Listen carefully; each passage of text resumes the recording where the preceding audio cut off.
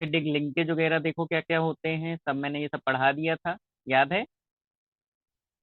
ठीक है, तो ये सब मैंने आपको पढ़ा दिया था, है ना? तो ये जो है आप लोग याद कर लेंगे। ठीक, नेक्स्ट पेज पे चलते हैं। ये देखो एडेनिन, साइटोसिन, ग्वानिन, है ना? ये प्रीवियस ईयर क्वेश्चंस भी इसमें दिए गए हैं, तो चलो क्वेश्चन कर लेते हैं। Purine found both in DNA and RNA are, है ना? तो प्यूरिन में क्या होता है? एडेनिन। प्यूरिन में क्या होता है? एजी होता है ना? तो एडेनिन एंड ग्वानिन होता है, ठीक है? तो डीएनए एंड आरएनए, आरएनए में देखो क्या होता है? थाइमीन की जगह पे यूरेसिल होता है, ठीक है? लेकिन यहाँ पे क्या है ना कि हमारा थर्ड ऑप्शन करेक्ट होगा ठीक है? इसमें थर्ड वाला सही होगा, ठीक है? क्योंकि एडेनिन ग्वानिन होता है ना? क्योंकि यहाँ पे वो तो दिया ही नहीं गया है यूरेसिल। तो ये प्रीवियस ईयर क्वेश्चंस देख लीजिएगा, आप लोग लगा लीजिएगा, ठीक है? तो अब हम लोग आगे बढ़ते हैं। ये सारे स्ट्रक्चर्स बने हुए हैं, तो इतना डिटेल में आपके यहाँ नहीं पूछा जाता है, तो हम इतना डिटेल में आपको नहीं पढ़ाएंगे, ठीक है? अब आगे बढ़ते हैं। ये देखो सारा स्ट्रक्चर लिखा हुआ है, सारी बातें बताई गई, न्यूक्लियोसाइड क्या है, न्यूक्लियोटाइड क्या है, नाइट्रोजन बेसेस क्या है ना? ये सब मैंने एक्सप्लेन कर दिया था। तो और आगे बढ़ते हैं। बैकबोन के बारे में देखो, मैंने कल बताया था, तो ये बैकबोन भी लिखा हुआ है। किससे बनी होती है? नाइट्रोजनस बेस से बनी होती है, शुगर फॉस्फेट से बनी होती है। तो ये हो गई बैकबोन। और मिक्सर जो है, न्यूक्लिन की खोज किए थे, सब मैंने बताया था, है ना? चारगाफ रूल देखो बताया था, तो ये लिखा हुआ है चारगाफ रूल, है ना? प्रीवियस ईयर क्वेश्चन से दिखा रखे हैं, तो ये भी आप लोग लगा लीजिए, ठीक है? पीडीएफ आपको पूरी मिल जाएगी, अंडरस्टैंड? तो इसमें ज्यादातर बातें मैंने आपको पढ़ा दी थी, अब और आगे बढ़ते हैं। ये देखो हमने कल स्ट्रक्चर भी बना के दिखाया था, है ना? 34 angstrom, 3.4 angstrom, 0.34 angstrom and 20 angstrom, है ना? ये सारी बातें मैंने कल आपको पढ़ाई। हाँ, डीएनए कैसा चार्ज होता है? तो निगेटिवली चार्ज होता है, ये याद कर लो ये बात। ये देखो लिखा है डीएनए कैसा चार्ज होता है, डीएनए पे निगेटिव चार्ज होता है। और ये होता कैसा है? एसिडिक होता है। कैसा होता है? एसिडिक होता है, ठीक है? तो इसको हम लोग अच्छे से याद कर लेंगे। अब इसके बाद चलते हैं हम लोग और आगे। राइट हैंडेड फैशन होता है, ये सब ज्यादा नहीं पूछा जाएगा आपका। और इसको किसने दिया था? ये सब बताया था मैंने, क्रिक एंड वाटसन ने दिया था। सेंट्रल डोगमा को क्रिक ने दिया था, बाद में बताया था। और डोगमा से क्या बनता है? सेंट्रल डोगमा से रेप्लिकेशन से डीएनए बनता है। और डीएनए से आरएनए ट्रांसक्रिप्शन होता है। और ट्रांसक्रिप्शन से फिर प्रोटीन बनती है, दैट इज क्या? ट्रांसलेशन। ठीक है, तो इसको हम लोग अच्छे से याद करें, अंडरस्टैंड? अब आगे बढ़े। हम्म पैकेजिंग ऑफ डीएनए हेलिक्स। तो डीएनए हेलिक्स की पैकेजिंग कैसे होती है? एक्चुअली देखो, जो न्यूक्लियस होता है वो इतना छोटा सा होता है, और इसके अंदर, न्यूक्लियस के अंदर 2 से 2.5 मीटर लंबा डीएनए पड़ा होता है। और इसमें बेस पेयर 6.6 × 10⁹ होते हैं। अगर हेप्लॉइड कंटेंट की बात करेंगे तो 3.3 हो जाएगा, है ना? मैंने बताया था, ठीक है? तो पैकेजिंग ऑफ इतने बड़े डीएनए को कैसे जो है एक छोटे से न्यूक्लियस के अंदर, जो कि सेल से भी छोटा है, उसके अंदर रखा जाता है, ठीक है? तो यहाँ पर होती है देखो, डीएनए कैसा है? निगेटिवली चार्ज है, और पॉजिटिवली चार्ज प्रोटीन होती है, ठीक है? तो उनसे बेसिक प्रोटीन जो है, भाई डीएनए एसिडिक है, तो इससे बेसिक प्रोटीन जुड़ी होती है। उन बेसिक प्रोटीन का नाम क्या है बेटा? हिस्टोन प्रोटीन, ठीक है? और ये जो हिस्टोन प्रोटीन होती हैं, इसमें कौन कौन सी हैं?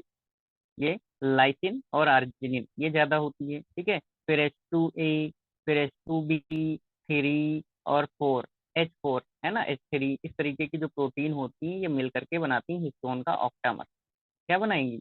हिस्टोन ऑक्टामर बनाएंगी, ठीक है? और ये बेस पेयर नहीं याद करना है इतना ज्यादा, अगर आएगा तो 200 पे टिक कर देना, ठीक है? तो हिस्टोन ऑक्टामर बनाती है, जो कि बनाता है न्यूक्लियोसोम। क्या बनाएगा? न्यूक्लियोसोम बनाएगा। तो दिस इज द न्यूक्लियोसोम, ठीक? तो न्यूक्लियोसोम जो होता है, ये एक्चुअली डीएनए को क्या करता है? रैप कर देता है, पैक कर देता है ना? छोटे छोटे पार्ट्स में डीएनए का जो साइज है उसको कम कर देता है, ठीक? तो ऐसा महसूस होने लगता है कि इस तरीके से डीएनए के ऊपर, हम्म इस तरीके से डीएनए के ऊपर इस तरीके से गांठें बढ़ रही हैं, है ना? एक रस्सी है, तो उसमें बीच में क्या बन गई? गांठें बन गई, है ना? तो इस तरीके से ये जो है स्टोन ऑक्टामर, है ना, ये पूरे डीएनए की लंबाई में इस तरीके से होता है ना। ये देखो बीट्स ऑन स्ट्रिंग दिख रहा है, न्यूक्लियोसोम की चेन। ठीक, तो ये न्यूक्लियोसोम बना करके डीएनए को पैक कर दिया जाता है न्यूक्लियस के अंदर। ठीक है, तो इस पे टिक करना होगा इस क्वेश्चन का। तो बीट्स ऑन स्ट्रिंग कहाँ देखने को मिलती है बेटा? न्यूक्लियोसोम पे। ठीक है, तो इसको आप टिक कर लेंगे। क्लियर? तो यही क्वेश्चन आता है कि जब पैकेजिंग होती है डीएनए की तो क्या बनता है, तो उसको क्या बोलोगे? Beads on string. स्ट्रिंग। क्या बोलेंगे? Beads on string. समझ में आया? चलिए आगे बढ़ते हैं। नेक्स्ट, तो इसी तरीके से डीएनए की पैकेजिंग करके जो है न्यूक्लियस के अंदर डीएनए को रख दिया जाता है। ठीक है, कुछ नॉन हिस्टोन प्रोटीन भी होती हैं, है ना, जो कि क्रोमेटिन की फिर ये कंप्लीट जो स्ट्रक्चर होता है ना, ये लाइन, ये वाली डीएनए की पूरी। ठीक, तो ये कंप्लीट क्या बन गया? क्रोमेटिन बन गया। ये धागे की तरीके से क्रोमेटिन जो है न्यूक्लियस के अंदर पड़ा रहता है। ठीक है, तो इसी को हम क्रोमेटिन फाइबर कहते हैं। यही इकट्ठा होकर के क्रोमोसोम बनाता है ना। क्या बनेगा? क्रोमोसोम बनाएगा। ठीक है, ये देखो यहाँ पे लिखा हुआ है, तो क्या बनेगा? क्रोमोसोम बनेगा। ठीक है, और जो पार्ट जो है लूजली पैक्ड होता है उसको यूक्रोमेटिन कहते हैं। जो लूजली पैक्ड है वो क्या है? यूक्रोमेटिन है ना। जो डीएनए का अमाउंट जो न्यूक्लियस के अंदर लूजली पैक्ड है ना, थोड़ा कम पैक है, उसको क्या कहते हैं? यूक्रोमेटिन कहते हैं। जो हाईली पैक्ड होता है उसको यूक्रोमेटिन नहीं कहते हैं। ठीक है, क्लियर हो गई इतनी बात? तो जो हमने टिक कर दिया है, जो हमने गोला कर दिया है, वही वही आपको पढ़ना है। ठीक है, यस। समझे? ज्यादा नहीं पढ़ना है। अब जो डेंसली पैक्ड एरिया होता है उसको क्या कहोगे? हेट्रोक्रोमेटिन। क्या कहोगे? हेट्रोक्रोमेटिन कहोगे। ठीक है, क्लियर? तो ये सारे क्वेश्चन आपके उसी से रिलेटेड मिलेंगे आप। ट्रांसफॉर्मेशन प्रिंसिपल किसने दिया था बताओ? ग्रिफिथ ने दिया था, है ना, है ना। तो ये सब देखो वही सारे क्वेश्चन मिल रहे हैं आपको। क्लियर? तो ट्रांसफॉर्मिंग प्रिंसिपल तो मैंने पढ़ा दिया था, तो इसको बार बार नहीं पढ़ेंगे, है ना। अब आगे बढ़ते हैं। सर्च फॉर जेनेटिक मटेरियल, ये देखो इन्होंने नोट्स को पीछे करके डाल रखा है। ठीक है, तो ये बार बार वही है, ये नहीं पढ़ना है आपको, पढ़ा दिया है मैंने। ये भी पढ़ा दिया है मैंने। हम्म, ये भी मैंने पढ़ा दिया है, ये भी पढ़ा दिया है ना। देखो इन्फेक्शन, ब्लेंडिंग, सेंट्रीफ्यूगेशन पढ़ाया था, अर्थ केस एक्सपेरिमेंट, तो ये अब आपको नहीं पढ़ना है। तो ये हो गया, ये सारे क्वेश्चंस लगा लेंगे। ये सब मैंने पढ़ा दिया है, तो ये नहीं पढ़ना, क्योंकि ये चीज़ रिपीट हो रही है। क्योंकि ये पीडीएफ हमने निकाली है इंटरनेट से और मैं उसको पढ़ा। अब और रेप्लिकेशन। ठीक है, तो डीएनए जो होता है वो किस तरीके से, वाटसन और क्रिक ने बताया है ना, कि किस तरीके से डीएनए रेप्लिकेट करता है ना। एक डीएनए से दूसरा डीएनए का फॉर्मेशन होता है, तो इसको कहते हैं सेमी कंजर्वेटिव नेचर। ठीक है, किस तरीके से होता है बेटा? Semi conservative nature. ठीक है, कैसे? Semi conservative. तो इसको याद कर लो कि डीएनए का जो फॉर्मेशन होता है डीएनए से ही, तो उसको कहते हैं semi conservative nature. Semi conservative का मतलब ये होता है कि आधा पार्ट जो होगा वो पेरेंट डीएनए होगा और आधा पार्ट नया बनेगा। ठीक है, तो इसमें देखो क्या बनता है? रेप्लिकेशन फॉर्क बनता है। क्या बनता है? रेप्लिकेशन फॉर्क बनता है। ठीक है, तो इसको हम लोग याद कर लेंगे। क्या बनेगा? Replication fork. और इसी में बनते हैं ओकाजाकी फ्रेगमेंट। क्या बनते हैं? Okazaki fragment. तो आगे लिखा हो। ठीक है, क्या बनेगा? एक सेकेंड। सेमी कंजर्वेटिव वाला जो है रेप्लिकेशन, वो अलग थ्योरी है। ठीक, ओकाजाकी फ्रेगमेंट जो है वो आगे हम पढ़ाएं। ठीक, तो इसको दिया था experimental proof of semi conservative replication of DNA. ये नाम पूछा जाता है तो इसको याद कर लो आप। क्या? मेजेल्सन एंड स्टॉल। किसने? मेजेल्सन एंड स्टॉल ने 1958 में। ठीक है, और यहाँ पे heavy isotope of nitrogen use किया था और सीजियम क्लोराइड का यूज किया था। ठीक, किसका यूज किया था? किसने दिया semi conservative replication of DNA? Meselson and Hall ने 1958 में। और हेवी आइसोटोप नाइट्रोजन का लिया था। ठीक है, और caesium chloride caesium chloride use किया गया था। ठीक है, क्या यूज किया गया था? सीजियम क्लोराइड का। ठीक है, तो ये इतनी बातें आपको सेमी कंजर्वेशन में याद करके रखनी है। देखो होता क्या है कि अगर आपने 8 पिकोग्राम डीएनए लिया, ठीक, तो इसमें जो है जो नया डीएनए बनेगा, हम्म हम्म, तो उसमें आधा क्या होगा, पेरेंट का होगा और आधा न्यू होगा। ठीक है, आधा पेरेंटल होगा और आधा न्यू होगा। ठीक है, तो बस जितना हमने इसमें समझा दिया है आप उसको ध्यान रखो, बाकी ज्यादा चक्कर में ना पड़ो। ठीक है, और यहाँ भी बैक्टीरिया इन्होंने क्या लिया, इकोलाई ही लिया। ठीक है, इकोलाई पिछले वाले एक्सपेरिमेंट में भी लिया था और बैक्टीरियोफेज लिया था। ठीक है, तो बस आपसे इतना ही पूछ सकता है, तो इसको याद कर लेंगे और इस क्वेश्चन को लगा लेंगे। Experimental proof of semi conservative application of DNA और शोन बाई क्या, बैक्टीरियम, है ना, ये देखो लिखा है। क्लियर, समझ में आया बेटा, बोलो। ठीक है, तो आगे बढ़ते हैं। ये सारे क्वेश्चन लगा लेना आप, है ना, सारे लग जाएंगे। अब एक साइंटिस्ट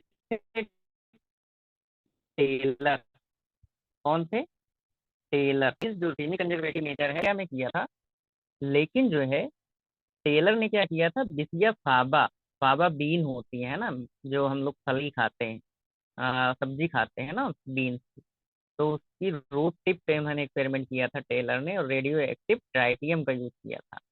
ठीक है, थाइमीन मीडियम के अंदर। तो बिसिया फाबा पे टेलर ने एक्सपेरिमेंट किया था भाई, इतना जो गोला किया इसको रट लो, यही आएगा एग्जाम। ठीक है, तो इसको याद कर लो। इसके बाद चलते हैं आगे। द आवाज क्लियर एंड नहीं आ enzyme of DNA replication, origin replication, उसे हम ओराई कहते हैं, और ओराई ऐसी प्रोटीन होती है। अब आई आवाज, रही। Yes sir.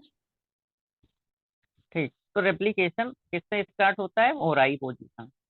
ठीक है, और एंजाइम कौन सा है, डीएनए डिपेंडेंट डीएनए पॉलीमरेज। कौन सा enzyme, DNA dependent DNA polymerase. ठीक है, क्या बनते हैं, डिऑक्सी न्यूक्लियोसाइड ट्राइफॉस्फेट, ये बनते हैं, है ना। और कौन सा एंजाइम होता है, हेलिकेज होता है, हेलिकेज एंजाइम होता है। ये पूछा जाता है कि ये कौन सा एंजाइम है, कहाँ पे प्रेजेंट होता है ना, किस प्रोसेस तरीके से होता है, तो इसको ऐसे ऐसे तोड़ने के लिए, है ना, अनबिंडिंग, दो स्ट्रैंड को अलग करने के लिए, हाइड्रोजन बॉन्ड को ब्रेक करने के लिए, एच से हेलिकेज, एच से हाइड्रोजन बॉन्ड, नहीं, तो एच एच हो गया हेलिकेज और हाइड्रोजन बॉन्ड। ठीक है, तो इन बेस पेयर्स को अलग करने के लिए क्या यूज किया जाता है, हेलिकेज एंजाइम। ठीक है, आगे बढ़ो। तो single standard binding protein, single standard binding protein use होती है डीएनए रेप्लिकेशन में। टोपो आइसोमेरेज, देखो जब आप डीएनए को अलग करोगे इन स्ट्रैंड्स को, है ना, तो ये घूमे हुए हैं ना, तो ये क्या होंगे, ये सिकुड़ जाएंगे इस तरीके से। तो इनको जो है सीधा रखने के लिए, ऐसे सीधा स्टैंड रखने के लिए कौन सा एंजाइम यूज किया जाता है, टोपो आइसोमेरेज, है ना, टेंशन को बनाए रखने के लिए, है ना, टोपो आइसोमेरेज। तो देखो, T for tension, T for topoisomerase, कितना आसान। और प्राइमेज एंजाइम यूज किया जाता है, डीएनए लाइगेज, फिर डीएनए को जोड़ना है तो लाइगेशन करना है तो लाइगेज एंजाइम। मैकेनिज्म पे आ जाओ सीधे सीधे। ठीक है, तो मैकेनिज्म क्या है, एक स्ट्रैंड, ये देखो ब्लू वाली लाइन जो बताई गई है ना, ये क्या है, लीडिंग स्ट्रैंड है, तो इसी को कॉन्टिन्यूअस स्ट्रैंड कहते हैं, कॉन्टिन्यूअस सिंथेसिस कहते हैं। देखो एंजाइम जो है ना, वो कैसे काम करता है, 5' to 3', ठीक, बट डायरेक्शन ऑफ डीएनए का स्ट्रैंड जो होता है वो 3' to 5', तो ये थोड़ा सा उल्टा होता है, और रेप्लिकेशन फॉर्क बनता है, जो अभी हमने पीछे बोल दिया था सेमी कंजर्वेशन, तो ये यहाँ पे बनता है। तो रेप्लिकेशन फॉर्क रेप्लिकेशन में बनता है जब डीएनए से डीएनए बन रहा होता है। ठीक है, तो इसको हम लोग याद कर लेंगे। और इस तरीके से जब दूसरे साइड से एंजाइम वर्क करता है, ये देखो, तो यहाँ पे बीच में देखो ब्रेकिंग आ गई, येलो और ये ग्रीन, ये देखो ब्रेकिंग आ गई। ठीक है, तो इसी को ओकाजाकी फ्रेगमेंट कहते हैं। क्या कहते हैं, ओकाजाकी फ्रेगमेंट, कहीं लिखा होगा, इसमें नहीं लिखा है। बट ये जो फ्रेगमेंट बन रहे हैं ना, छोटे छोटे स्ट्रैंड जुड़ रहे हैं, तो इसे ओकाजाकी फ्रेगमेंट कहते हैं, तो ये डिसकॉन्टिन्यूअस सिंथेसिस होती है। ठीक है, क्लियर। तो ये पूरा हम इस तरीके से याद कर लेंगे, रेप्लिकेशन फॉर्क बनता है, बाई डायरेक्शनल रेप्लिकेशन होता है। अंडरस्टैंड, ठीक है, हो गया बेटा। Yes sir, okay. ठीक है, तो समझ में आया इतना? बोलो। हम्म।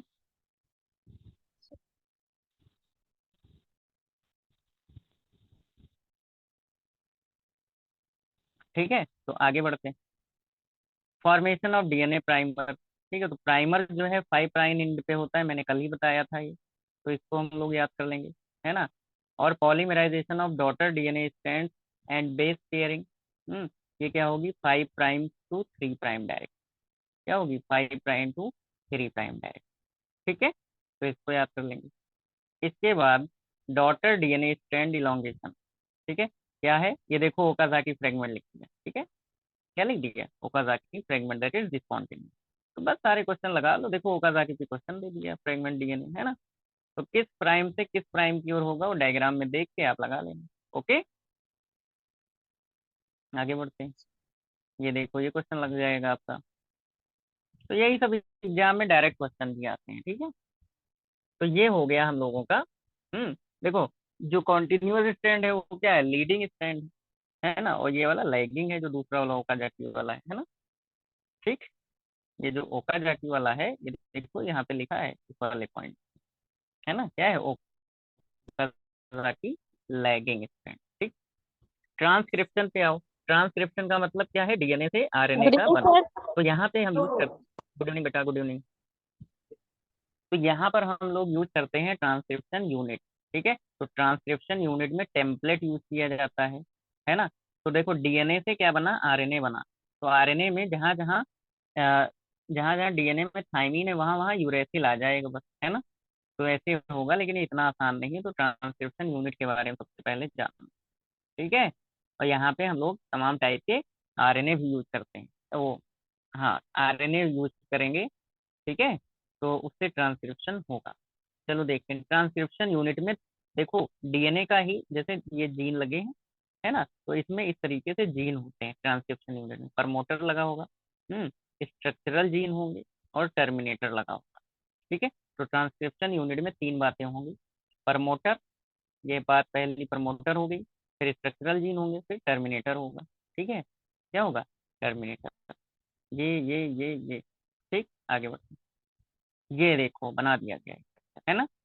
तो ये साइड प्रमोटर की हो गई, फिर स्ट्रक्चरल जीन, फिर टेम्पलेट स्ट्रैंड, ये देखो कोडिंग, और ये टर्मिनेटर। और 3 प्राइम टू 5 प्राइम, और दूसरा एंटी पैरेलल होगा क्या, 5 प्राइम टू 3 प्राइम। ठीक है, तो देखो अब अगर जो है आपको भाई डीएनए बनाना है ना, तो डी आरएनए बनाना है डीएनए से। ठीक, तो आपको क्या दिया जाएगा, टेम्पलेट दिया जाएगा, उससे क्या बना लो, कोडिंग बना लो, कोडिंग से आरएनए बना लो। नहीं भाई, टेम्पलेट होगा, उससे कोडिंग, फिर क्या, आरएनए। ठीक, तो आरएनए में जहां जहां, डीएनए में जहां जहां क्या होगा, डीएनए में जहां जहां थाइमीन होगा, वहां वहां यूरेसिल कर दें बस। ठीक है, तो ये क्वेश्चन तुम्हारे लिए कठिन टाइप का आएगा, और अगर बना लेना तो कर लेना, नहीं कर पाना तो कोई बात नहीं। ठीक है, ट्रांसक्रिप्शन यूनिट के बारे में सबसे पहले जॉनसन ने बताया था, तो इसको याद कर। ठीक है, ये सिंपल क्वेश्चन है, ये याद हो जाएगा। ये सब प्रीवियस सारे लगा डालो। ठीक है, और कौन कौन है क्लास में, बताएं अपना अपना नाम।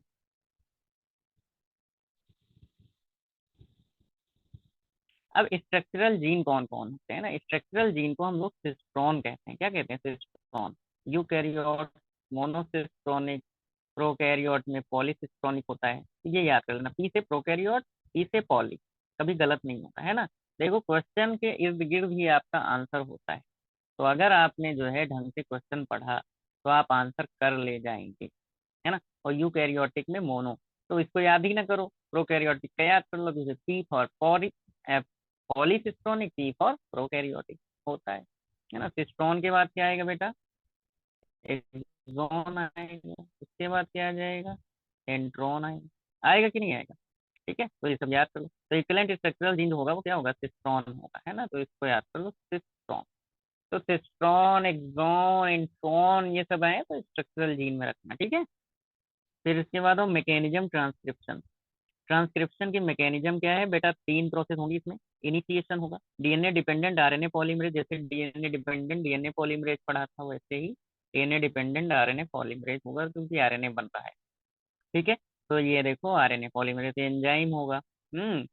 और टेम्पलेट होगा एंटीसेंस को non sense, antisense non sense और नॉन कोडिंग, इसे क्या कहते हैं, टेम्पलेट कहते हैं। इसी से कोडिंग बनाते हैं, कोडिंग के बाद फिर आरएनए बनता है। ठीक है, तो ये हाइड्रोलाइज एनर्जी यहाँ पे एनटीपी से बनती है ना, न्यूक्लियोटाइड फॉस्फेट से। तो ये 3 स्टेप याद करो भाई। डीएनए के लिए जैसे वहां पे हर्षित वाले में इन्फेक्शन वगैरह याद किया था, ब्लेंडिंग तक, सेंट्रीफ्यूगेशन तक, वैसे ही इनिशिएशन, इलोंगेशन और टर्मिनेशन। तो इनिशिएशन जो होता है बेटा सिग्मा फैक्टर से। देखो इनिशिएशन माने स्टार्ट करना, तो स्टार्ट माने सिग्मा, है ना, एस फॉर सिग्मा, एस से स्टार्ट करना।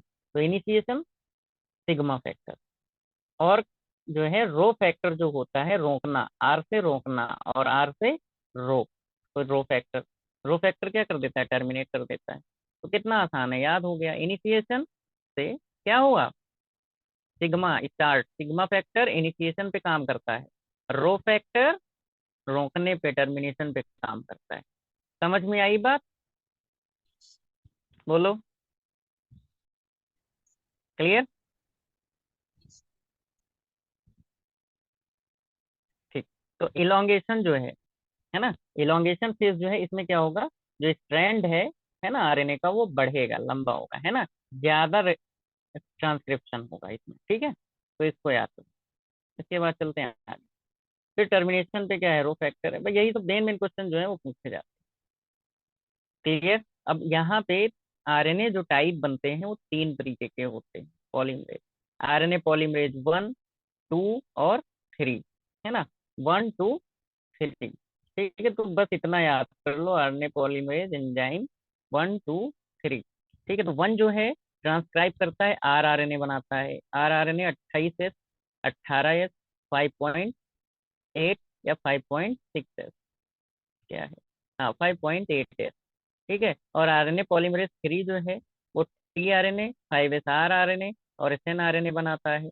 और आरएनए पॉलीमरेज 2 जो है वो एचएन आरएनए और मैसेंजर आरएनए बनाता है। तो हेट्रोजेनस न्यूक्लियर आरएनए, तो ये कौन कौन सा एंजाइम कौन कौन से आरएनए बनाता है वो लिखा गया है, तो इनको पढ़ लेना आप। ठीक है, एक बार। तो अब क्या होता है कि ये जो आरएनए बन के आया है वो इमेच्योर है, तो इसको क्या करना है, मेच्योरेशन कराना है। तो मेच्योरेशन कराने के लिए क्या कराते हैं, कैपिंग कराते हैं, टेलिंग कराते हैं, पॉली एडिनाइलेट टेल लगाई जाती है ना, इससे मेच्योरेशन हो जाता है इसका, आरएनए का। ठीक, तो ये सब क्वेश्चन है आपके एग्जाम के जो हमने आपको बताए, बाकी ज्यादा इसमें पढ़ना नहीं है। ठीक है, ट्रांसक्रिप्शन मॉडिफिकेशन, तो मॉडिफिकेशन मतलब मैचुरेशन कराना है, तो स्प्लाइसिंग होगी, कैपिंग होगी, टेलिंग होगी, ये बताई मैंने अभी बात। ठीक है, तो स्प्लाइसिंग एक नया टर्म और है, इसको भी याद कर लो। तो हमने आपसे कहा था कि हम आपको ट्रांसक्रिप्शन तक कल पढ़ा देंगे। ठीक है, लेकिन आज हम जेनेटिक कोड भी खत्म ही कर देते हैं। ठीक है, इस चैप्टर का काम तमाम कर देंगे। ठीक है, तो ज्यादा नहीं पढ़ना है आपके एग्जाम के लिए। ठीक है, जितना काम का है उतना पढ़ना है। तो जेनेटिक कोड जो होते हैं बेटा ट्रिपलेट होते हैं, सेंट्रल डोगमा से ही आगे क्रिक ने समझाया। ठीक है, जॉर्ज गैमो ने सबसे पहले हाइपोथेसिस दी, 20 टाइप की अमीनो एसिड के लिए 4 नाइट्रोजनस बेसेस होते हैं, जिससे 64 टाइप के कोडॉन बनते हैं।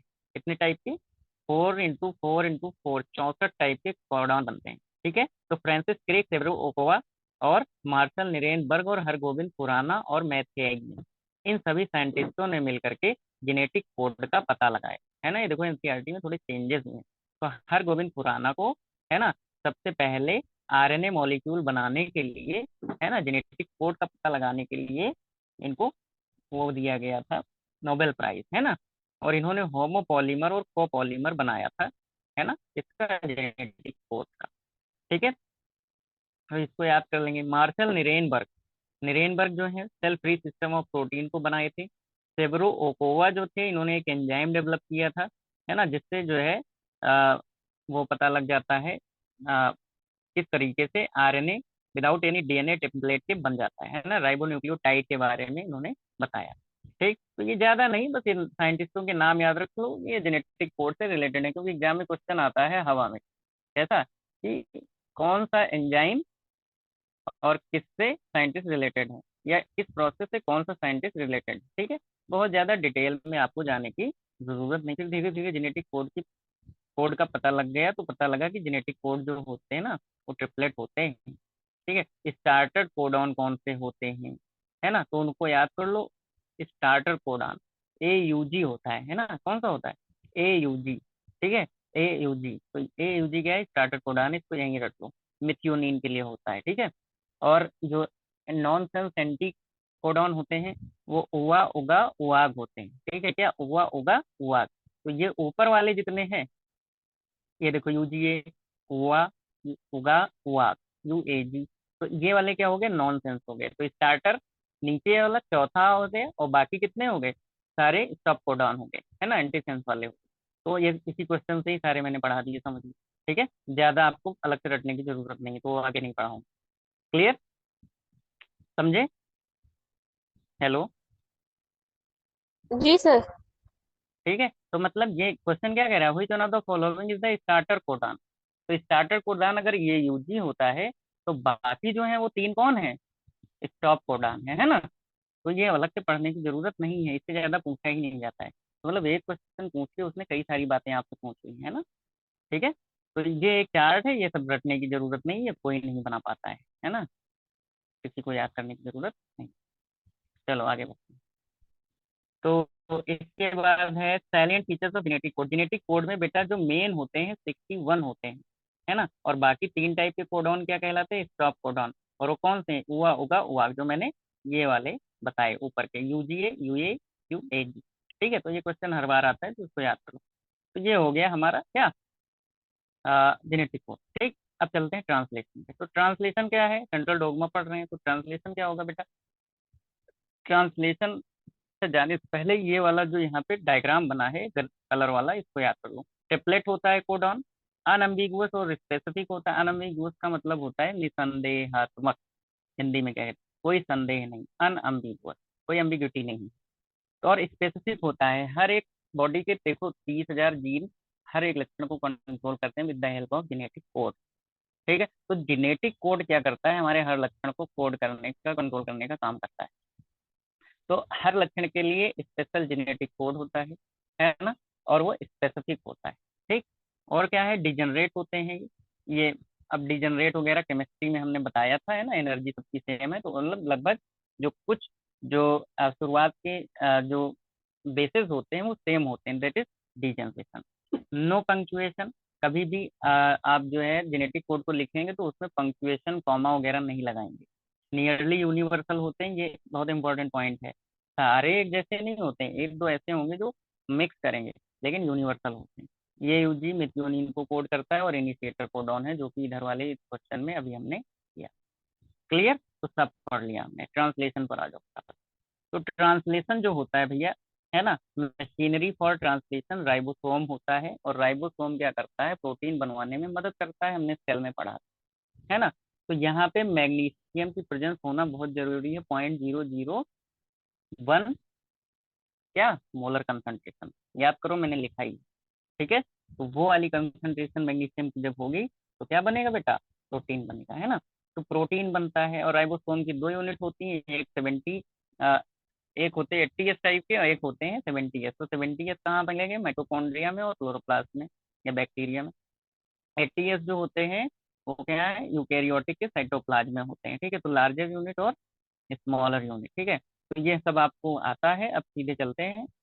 अब देखो होता क्या है, जो राइबोसोम जो होते हैं, हम्म, ये क्या होते हैं, उस पे जो मैसेंजर आरएनए है उसके ऊपर क्या करते हैं, एक चेन बनाते हैं, यहाँ कहीं बनी हुई है, ठीक है। क्या बनाते हैं, एक चेन बनाते हैं। ठीक, ये देखो इस तरीके से, इसके ऊपर इस तरीके से लगे। ठीक, तो होता क्या है, ये देखो ये है tRNA, एडाप्टर मॉलिक्यूल कहते हैं tRNA को। ठीक है, तो यहाँ पे क्या है, अलग अलग पोजीशन है।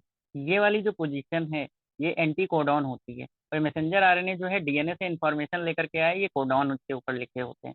तो जिस तरीके के कोडॉन यहाँ होंगे, इसके एंटी वाले अमीनो एसिड को ये वाला जो tRNA कंप्लीट है, ये आरएनए है ना, ये पकड़ पकड़ के अमीनो एसिड को लेकर के आएगा और जोड़ता हुआ चला जाएगा, और पेप्टाइड बॉन्ड बनता हुआ चला जाता है। ठीक है, जिससे ये प्रोटीन बनी, ये प्रोटीन बनी, ये प्रोटीन बनी, है ना। तो इस तरीके से प्रोटीन का फॉर्मेशन होता है। मैंने बहुत ज्यादा चीजों को कम करके आपको समझाने की कोशिश करी है। तो इस तरीके से बेटा ये होता है। तो ये पूरे स्ट्रक्चर को आपको पढ़ना है। ये जो मैंने पढ़ाया इस स्ट्रक्चर को पढ़ना है। इसकी देखो 5 आर्म होती हैं। डीएचयू लूप कहते हैं, एंटीकोडॉन कहते हैं, टी साइट होती है, ये वेरिएबल आर्म होती है, और ये एमिनो एसिड एक्सेप्टर होती है। तो ये एबीसीडी करके पूछ लेते हैं कि ये क्या है, ये क्या है, ये क्या है। ठीक है, तो देख लेना। बाकी इसमें बहुत कुछ है, तो उतना सब कुछ पढ़ तो पाओगे नहीं, और वो सब याद भी नहीं कर पाओगे एग्जाम में, वो गलत ही होता है। अब टीआरएनए का शेप कैसा होता है? Leaf clover. लीफ क्लोवर मतलब एल शेप।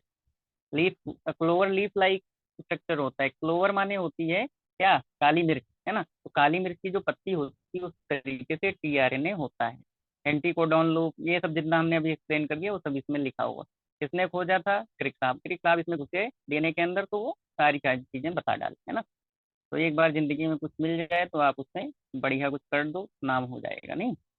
ये हो गया बेटा। तो ये पूरा देखो आपकी प्रोटीन बन करके आ गई। तो इससे क्या होता है, जब देखो शरीर में डीएनए है, डीएनए से आरएनए है, आरएनए से प्रोटीन है, प्रोटीन होगी तो लक्षण आ जाएंगे, कैरेक्टर बनेगा। ठीक है, कोई भी कैरेक्टर मैं बोल पा रहा हूँ तो ये भी डीएनए का कहीं ना कहीं रोल होगा। ठीक है, कोई भी एक्टिविटी कर रहे हो डीएनए का रोल है इस तरीके से। तब फाइनली प्रोटीन बनवा के काम कराया जाए। ठीक है, आगे बढ़ते हैं। क्लियर? तो जीन एक्सप्रेशन भी मैंने बता दिया किस तरीके से होता है। देखो ये न्यूक्लियस है ना, ये साइटोप्लाज्म है। जीन एक्सप्रेशन कहाँ होगा? साइटोप्लाज्म में। तो ये डीएनए है, डीएनए ने इंफॉर्मेशन दी किसको? मैसेंजर आरएनए को। मैसेंजर आरएनए देखो न्यूक्लियर पोर से निकल के इस तरीके से आता है और यहाँ पे साइटोप्लाज्म में एक कैरेक्टर को एक्सप्रेस कराता है। ठीक है, तो ये जीन एक्सप्रेशन हो गया, इसमें कुछ खास नहीं, इसको याद कर लो इसी तरीके से। लैक ओपेरॉन हम आपको बाद में पढ़ाएंगे। ठीक है, लैक ओपेरॉन में थोड़ा टाइम। ठीक है, तो बस इतना याद करो। तो आज यहीं तक रखते हैं बेटा। और कोई क्वेश्चन हो जो ना समझ में आया हो तो you can ask me, mike on करके बोलो। और पीडीएफ आपको अभी के अभी मैं भेज दे रहा हूँ, ये देखो। हम्म,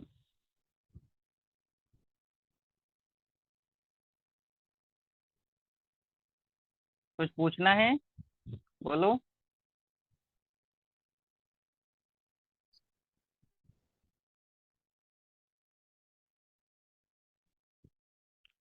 चलो, कैसी हो प्रतिमा बेटा? बेटा ठीक है सर। आवाज आ रही है? जी सर। आई? क्लास थोड़ी बहुत समझ में आई? जी सर, वो कल की क्लास मिस हो गई थी, इस वजह से ज्यादा अच्छे से समझ में नहीं आया। हाँ, मॉलिक्यूलर बेसिस इनहेरिटेंस सबसे टफेस्ट टॉपिक है बायो का, है ना।